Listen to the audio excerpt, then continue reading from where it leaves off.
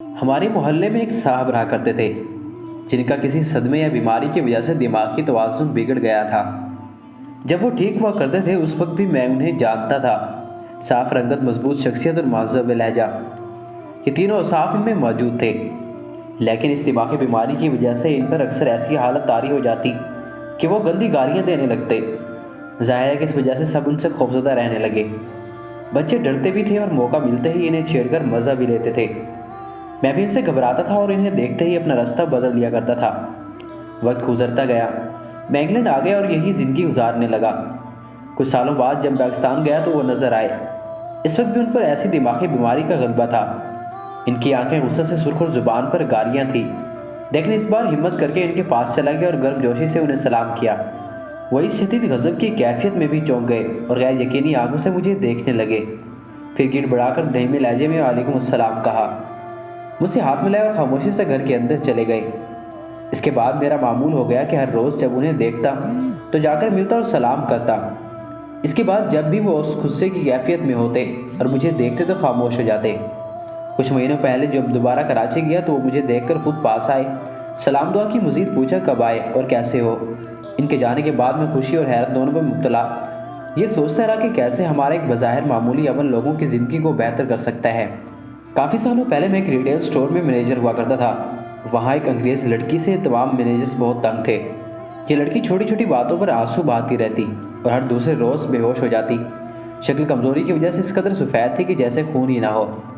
قانونی پیچیدگی کی وجہ سے اسے نکالنا بھی ہائر مینجمنٹ کے ہاتھ میں نہ تھا، لہٰذا اسے ایک کے بعد دوسرے ڈپارٹمنٹ میں ٹرانسفر کیا جاتا رہا، مگر ہر ڈپارٹمنٹ مینیجر نے کان پکڑ لیے۔ روز مینیجر اس لڑکی پر چیختے چلاتے، مگر بجائے اس کے کہ لڑکی کا کام بہتر ہوتا وہ اور مزید پریشان ہوتی چلی جاتی۔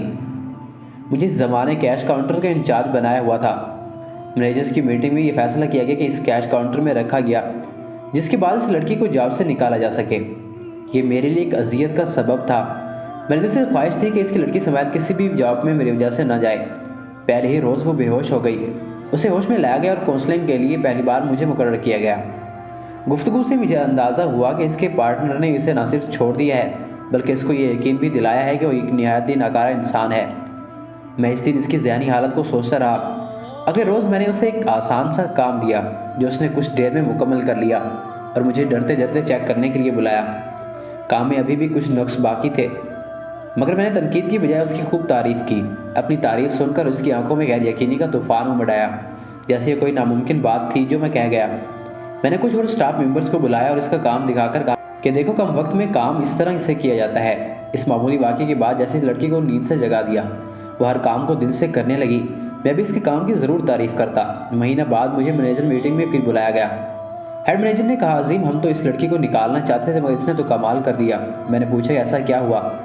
تو میرے سامنے وہ رپورٹ رکھ دی گئی جس میں 50 سٹاف ممبرز کی پرفارمنس کی کوالٹی اور تیزی کے تناسب سے جائزہ لیا گیا تھا۔ اس لڑکی کا نام پہلے نمبر پر تھا۔ میں ہر روز خوشی سے اس رپورٹ کو دیکھے جا رہا تھا اور سوچ رہا تھا کہ کیسے بعض اوقات ہماری معمولی سی حوصلہ افزائی ایک تھکے ہوئے انسان کو دوبارہ کھڑے ہونے کی طاقت عطا کر دیتی ہے۔ اس طرح ایک کمپنی میں کام کرتے ہوئے مجھے دیگر مسلم کام کرنے والے دوستوں نے ایک لڑکی کے بارے میں غصہ و حقارت سے بتایا کہ اس لڑکی نے کچھ سال پہلے اسلام چھوڑ کر وہ اپنے گھر والوں سے بھاگ کر ایک سکھ لڑکے کے ساتھ رہائش کر لی ہے۔ یہی وجہ تھی جسے بنیاد بنا کر کوئی بھی مسلم نہ اس سے قریبی دوستی رکھتا اور نہ ہی اسے مسلمان سمجھتا۔ اگلی بار جب میرا اس سے سامنا ہوا تو میں نے اسے گڈ مارننگ کہنے کے بجائے السلام علیکم کہا۔ اسے سن کر وہ آگے بڑھ گئی۔ اگلے روز پھر میں نے سلام کیا تو اس نے فوراً وعلیکم السلام کہا جیسے انتظار میں ہو۔ پھر وہ خود سلام میں پہل کرنے لگی۔ میں نے اس کے ماضی حال کے بارے میں کبھی گفتگو نہ کی بلکہ انجان بنا رہا۔ اس کے برعکس جب ٹھیک موقع ہوتا تو اس سے دیگر اسلامی موضوعات پر بات کہہ دیتا۔ کچھ دنوں بعد رمضان کا مہینہ آ گیا، پہلے ہی روزہ۔ وہ تیزی سے آئی اور پوچھا کہ عظیم بھائی آپ نے روزہ رکھا ہے؟ میں نے ثابت قدمی میں جواب دے کر جوابی پوچھا کہ بہن آپ نے روزہ رکھا ہے؟ زور سے گردن ہلا کر بولی کہ جی اور باقی بھی رکھوں گی۔ چند مہینوں بعد معلوم نہیں کہ اس وجہ سے اس نے سکھ دوست سے علیحدگی اختیار کر لی اور واپس اپنے گھر والوں کے ساتھ ملنے جلنے لگی۔ عبادات اور رب سے تعلق دوبارہ استفار ہوتا نظر آنے لگا۔ مجھے خوشی تھی کہ شاید کسی کمتر درجہ میں اس کے اس بدلاؤ میں مجھے بھی حصہ بننے کا موقع ملا۔